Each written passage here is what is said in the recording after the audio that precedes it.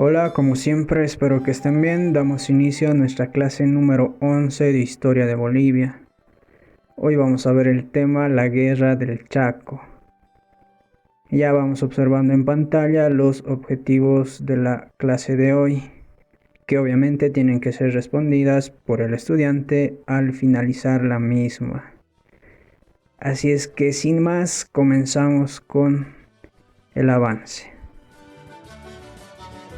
Muy bien, entramos en contexto. La anterior clase habíamos visto sobre el gobierno de Daniel Salamanca, ¿verdad? El hombre símbolo. Habíamos visto algunos de sus actos administrativos, pero también habíamos mencionado de que lo más importante es que durante su gobierno inició la guerra del Chaco, ¿sí? En ese contexto nos vamos a los móviles de la guerra, es decir, las razones por las cuales se dio inicio a esta guerra. Una de las tesis más socorridas nos dice que fue un conflicto promovido por el imperialismo, que se refleja en el enfrentamiento entre la petrolera norteamericana Standard Oil, que operaba en Bolivia, y la anglo-holandesa, la Royal Dutch Shell, cuya subsidiaria, la Union Oil, iba a operar en el Chaco Boreal. En otras palabras, fue por la importancia del petróleo en el sector. Otra tesis nos dice que el enclaustramiento marítimo de Bolivia obligó al país a mirar al Atlántico y buscar a través de un puerto y la libre navegación sobre el río Paraguay una salida al océano. Por eso el Chaco se convirtió en región estratégica. Pero ¿cuáles eran las características del territorio? El Chaco es un territorio de aproximadamente 290.000 kilómetros cuadrados, ¿sí? Que en esos años contaba con una población total de no más de 70.000 almas, en el que se alternaban bosques subtropicales con grandes extensiones planas cubiertas de vegetación herbácea y espinosa, con una escasez crónica de agua, si este dato es importante. La falta de agua fue el enemigo número uno del ejército boliviano, integrado mayoritariamente por soldados quechuas y aymaras, quienes estaban acostumbrados a la montaña, es decir, a más de 3.000 metros sobre el nivel del mar, ¿verdad? En contraste, los paraguayos vivían en un medio que les era propio. Por ejemplo, la distancia entre La Paz y el Fortín Nanagua, fortín que más adelante vamos a ver su importancia, era de 2.500 kilómetros, es decir, nuestro ejército tenía que recorrer 2.500 kilómetros, mientras que la distancia entre Asunción y Nanagua era solamente de 350 kilómetros, ¿sí? Hay una diferencia bastante abismal. La postura y decisión del presidente Daniel Salamanca era la penetración militar del Chaco y su ruptura de relaciones con el Paraguay. Recordemos su frase de pisar fuerte en el Chaco, ¿verdad? El 15 de junio de 1932, el mayor Óscar Moscoso y su destacamento tomaron el Fortín López, es decir, el bando boliviano decide tomar este Fortín López, que controlaba la laguna Chuquisaca, Pitiantuta para los paraguayos, descubierta en mayo del 32 por los bolivianos, pero que ya habían sido ocupadas en marzo de 1931 por los paraguayos. La laguna era un centro de abastecimiento de agua importante en una región seca. Entre el 15 y 16 de julio, los paraguayos retomaron la laguna desalojando a Moscoso del fortín Mariscal Santa Cruz a orillas de la laguna, que según Bolivia había estado allí desde hace varios años atrás. El presidente Salamanca anunció el 18 de julio en el balcón del Palacio Quemado que Bolivia no permitiría el ultraje y ordenó la toma de los fortines paraguayos Toledo, Corrales y Boquerón. Esta parte es de vital importancia, ¿sí? El presidente ordenó la toma de los fortines paraguayos Toledo, Corrales y Boquerón. Entre el 24 y 31 de julio de 1932 se produjeron las acciones y se tomaron los 3 puestos. El coronel Emilio Aguirre, que murió pocas horas después del asalto, tomó Boquerón el 31 de julio. Inevitablemente la guerra había comenzado. Es importante mencionar que uno de los hechos más dramáticos que vivió Bolivia en esos años fue una suerte de guerra interna. Mientras se preparaba para movilizar miles de soldados al frente, entre 1932 y 1934 se produjeron varios levantamientos campesinos en el altiplano que obligaron a acciones militares de represión, es decir, se estaba luchando en 2 frentes, tanto el interno como en el externo.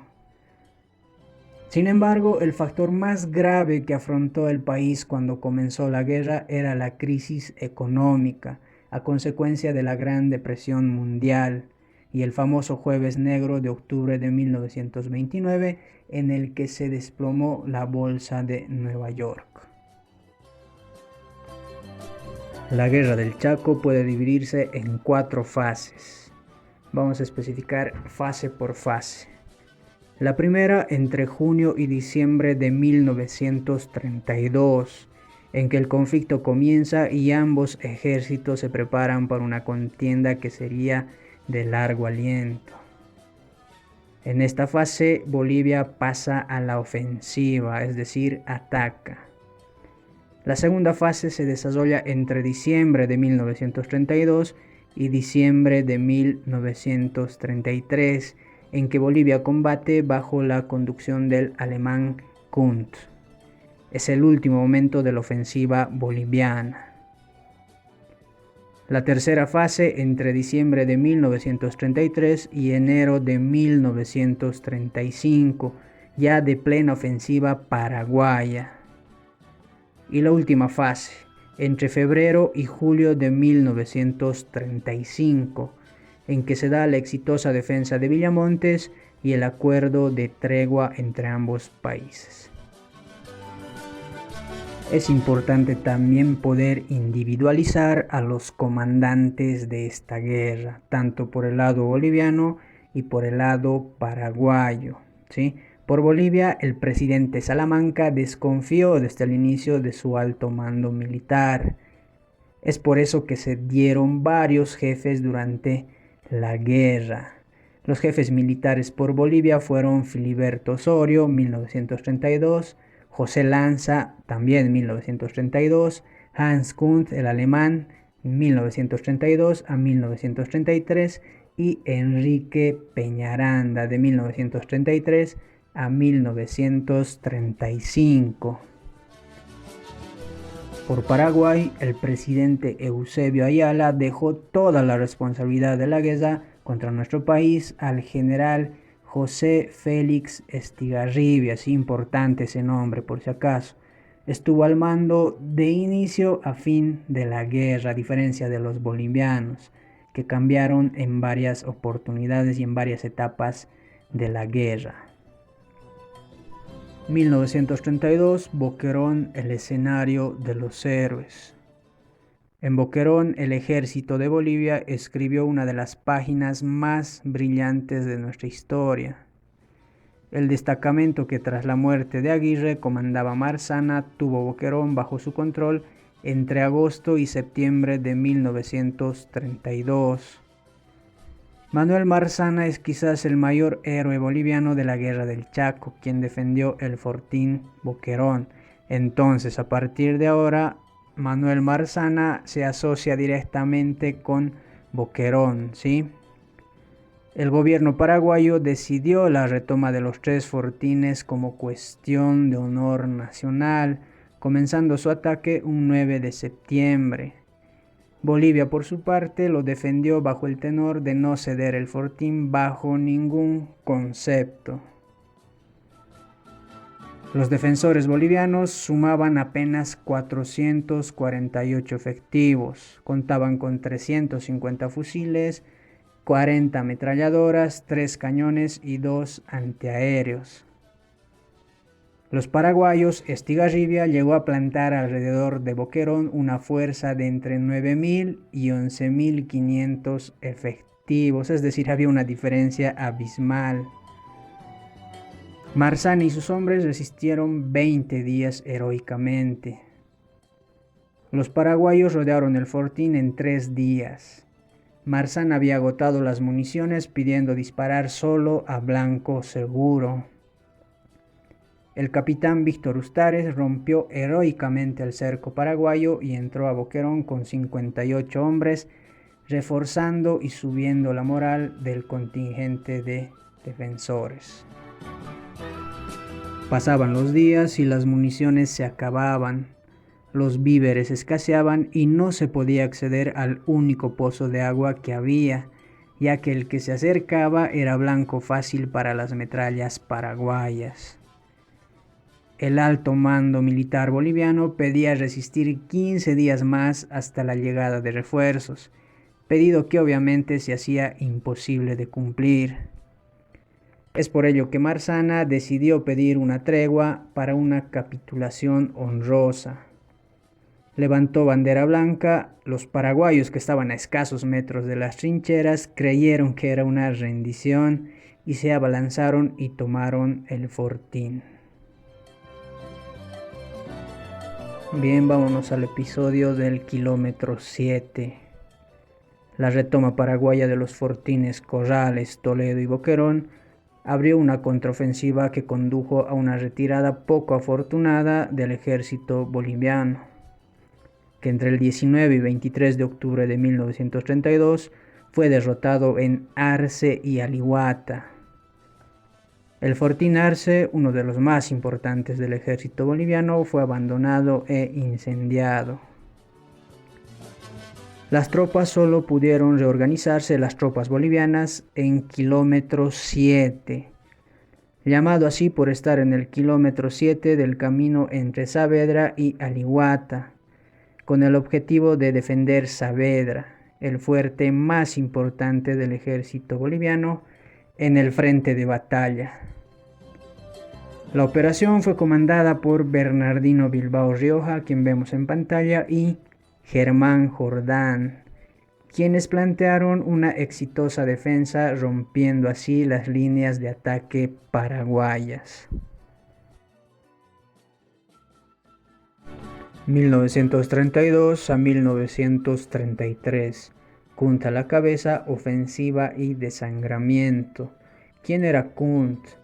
Hans Kunt era un alemán militar quien había participado en la Primera Guerra Mundial, ¿sí? Arce y Alihuata dejó un sabor amargo en el pueblo que clamó que el alemán Hans Kunt, con su experiencia, se haga cargo del comando de las Fuerzas Armadas.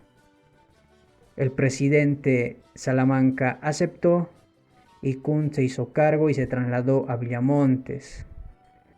Su filosofía era bastante fácil, se basaba en atacar sin tregua alguna. Entre enero y junio de 1933 retomó varios fortines hasta que llegó a Nanagua. Kunt hizo erradamente de Nanagua una cuestión vital, en donde decidió atacar entre el 4 y 8 de julio de 1933. 2.000 soldados perecieron y se produjo la retirada y una dura derrota que acabó el impulso ofensivo de Bolivia, es decir, Bolivia a partir de esta derrota deja de atacar en la guerra. Estigarribia atacó Campo Vía, que significó la derrota definitiva de Kunt, quien ordenó que lo sustituyera el coronel Enrique Peñaranda. 1934 inicia la incesante ofensiva paraguaya. A partir de Campo Vía, en donde es derrotado definitivamente Hans Kunt, como habíamos visto hace rato, Estigarribia se dio cuenta que sus posibilidades de hacer retroceder al ejército boliviano eran muy buenas y atacó. En el comando boliviano, la influencia de los coroneles Ángel Rodríguez y David Toro sobre un Peñaranda indeciso diluyeron la estructura de autoridad, es decir, no había una cabeza fija. Pese a ello, se logró éxitos parciales. Cañada Strongest fue el mayor éxito boliviano en la guerra, ya que dejaron 500 muertos paraguayos y tomaron a 1.400 soldados y oficiales como prisioneros. Sin embargo, Estigarribia seguía su ofensiva. El corralito de Villamontes y la caída del presidente Salamanca. Hablar de este hecho es remontarnos a la tercera fase de la guerra. Noviembre de 1934 fue un mes bastante complejo para Bolivia. Las relaciones entre Salamanca y el alto mando militar eran pésimas. Pese al clima bélico de nuestro país, se llevó a cabo las elecciones generales, en donde ganó Franz Tamayo, que nunca llegaría a ser posesionado. En ese interín, el fortín Vallivian cayó en manos paraguayas, por lo que el presidente Salamanca destituyó a Peñaranda y posesionó a Lanza el 26 de noviembre. El 27 el presidente llegó a Villamontes acompañado de Lanza, el nuevo comandante.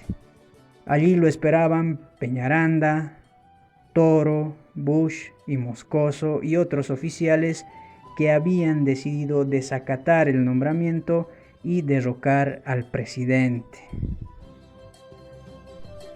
Encerrado, desarmado y prácticamente solo en el edificio del comando, el anciano presidente recibió la intimación para renunciar. No tuvo otra alternativa y renunció. El 28 de noviembre, guardando las formas democráticas, se posesionó a José Luis Tejada Sorzano como presidente, cuyo objetivo era buscar la paz lo antes posible. Las características de este golpe de estado hicieron que fuera recordado por la historia como el corralito de Villamontes. Entonces, en esta parte es importante saber y recordar qué ha sucedido en el gobierno a Daniel Salamanca, José Luis Tejada Sorzano, ¿sí? Eso tiene que quedar bien claro. En este punto ya estamos casi al final de la guerra. En 1935 se da la exitosa defensa de Villamontes, ¿sí? En donde destaca una vez más Bernardino Bilbao Riojas. Bilbao, como ya lo habíamos dicho, es sin ninguna duda otro de los grandes héroes de la guerra. Militar de honor, modesto y organizado, fue el gran protagonista de Kilómetro 7, esa partecita también la hemos visto, ¿verdad? Y en este caso también fue protagonista de la defensa de Villamontes, dos de los mayores éxitos de armas de Bolivia. Entre noviembre de 1934 y enero de 1935, el avance paraguayo fue frenético. El 14 de enero, Estigarribia logró su sueño de tocar el punto más al norte sobre el territorio chaqueño, es decir, ya estaba muy cerca de nuestros centros poblados. El ataque había llegado hasta la cordillera de los Andes, territorio más favorable para nosotros, para los bolivianos. A pesar de ello, Estigarribia, tentado por la proximidad de los campos petroleros bolivianos, decidió tomar Villamontes. El coronel Bernardino Bilbao Rioja organizó la defensa. Casi 30.000 hombres defendieron la plaza con artillería pesada. A contraparte, Paraguay puso 15.000 hombres al frente, es decir, en este caso los bolivianos tenían la ventaja. El ataque a Villamontes comenzó el 16 de febrero de 1935 y terminó el 23, con la derrota de Estigarribia. De esta manera se da la exitosa defensa de Villamontes. Vámonos al punto final de esta guerra, la ruta diplomática y la firma de la paz. Es importante mencionar en este punto de que al iniciar la guerra, Bolivia era vista como el país agresor, ¿sí? Sin embargo, conforme iba pasando el tiempo, las cosas cambiaron. Y es por ello que Paraguay se vuelve un agresor ante los ojos del mundo, ¿sí? Es por ello que se busca una ruta diplomática para solucionar este conflicto. El 12 de junio de 1935 se firmó el protocolo de paz entre los cancilleres Tomás Helio de Bolivia y Luis Riard de Paraguay. El 14 de junio a las 12 del mediodía terminó oficialmente la guerra. El 21 de julio de 1938 se firmó en Buenos Aires el Tratado de Paz, Amistad y Límites definitivo entre Bolivia y Paraguay. Lo suscribieron Eduardo Díez de Medina y Enrique Finot por Bolivia, y Cecilio Báez y José Félix Estigarribia por Paraguay. Como todo enfrentamiento bélico, toda guerra tiene sus pérdidas y costos, ¿verdad? Así es que nos vamos a este apartado, pérdidas y costos de la guerra del Chaco. Por Bolivia, la guerra dejó un saldo terrible. Bolivia movilizó 3 ejércitos con un total de 200.000 hombres, con un saldo de 50.000 muertos y 20.000 prisioneros. El costo de la guerra fue de 228 millones de dólares, financiados por el Banco Central y algunos préstamos de empresarios mineros. Estos préstamos fue el inicio de un proceso inflacionario en el país, lo cual vamos a ver más adelante, ¿sí? Por Paraguay. Paraguay movilizó 150.000 soldados, con un saldo de 40.000 muertos y 2.500 prisioneros. El costo de la guerra fue para ese país de 128 millones de dólares. De esta manera concluye la guerra del Chaco. Para nosotros la guerra más larga y más sangrienta que hemos enfrentado, ¿sí? En este punto de la clase pasamos a revisar los objetivos que nos hemos planteado al inicio, ¿sí? Y comenzamos con el primero. El factor más grave que afrontó el país cuando comenzó la Guerra del Chaco como consecuencia de la Gran Depresión Mundial y el famoso Jueves Negro de octubre de 1929, en el que se desplomó la Bolsa de Valores de Nueva York, fue... Hemos hablado al respecto, así es que a responder.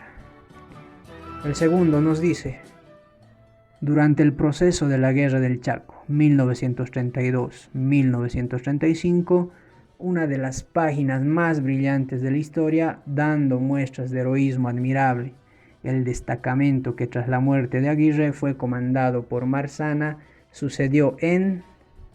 Entonces buscamos el lugar y respondemos. El tercero nos dice: el general Manuel Marzana es quizás el mayor héroe boliviano de la Guerra del Chaco. Él simboliza el medio millar de bolivianos que defendieron con su vida. Buscamos la opción correcta, ¿sí? Seguimos. El cuarto nos dice: ante la caída de Daniel Salamanca después del Corralito de Villamontes, le sucedió como presidente de nuestro país, y hemos recalcado esa partecita precisamente porque es pregunta de examen, así es que continuamos. El quinto nos dice: la retoma paraguaya de los fortines Corrales, Toledo y Boquerón abrió una contraofensiva que condujo a una retirada poco afortunada del ejército boliviano, que entre el 19 y 23 de octubre de 1932 fue derrotado en... También hemos hablado al respecto, así es que seguimos. El sexto nos dice: uno de los hechos más dramáticos que vivió Bolivia en los años de la Guerra del Chaco fue una guerra interna. Mientras se preparaba para movilizar a miles de soldados al frente, se produjo... a responder. Seguimos. El séptimo. Durante la Guerra del Chaco, uno de los militares de honor, modesto y organizado, fue el gran protagonista de Kilómetro 7 y la defensa de Villamontes. Dos de los mayores éxitos de armas de Bolivia. Fue protagonizado por... Sí, ahí tenemos las opciones, así es que respondemos.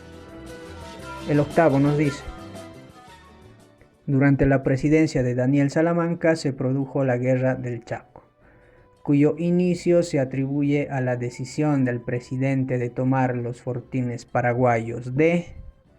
¿Cuáles fueron los primeros fortines que se tomaron? Así es que la respuesta es obvia. Y nos vamos a la última, que nos dice: la Guerra del Chaco involucró a los siguientes países. Jóvenes, a pensar. A ver, esta pregunta es demasiado obvia, pero aunque no lo crean, es parte, ¿sí?, del examen de fecha 24 de enero de este año, es decir, del 2020. ¿Ya? Así es que es importante saber las guerras que hemos enfrentado como país, ¿sí? Y contra qué país se han realizado. Muy bien, de esta manera concluimos la clase de hoy, ¿sí? Nos vemos en una siguiente sesión para seguir estudiando la historia como debe ser contada.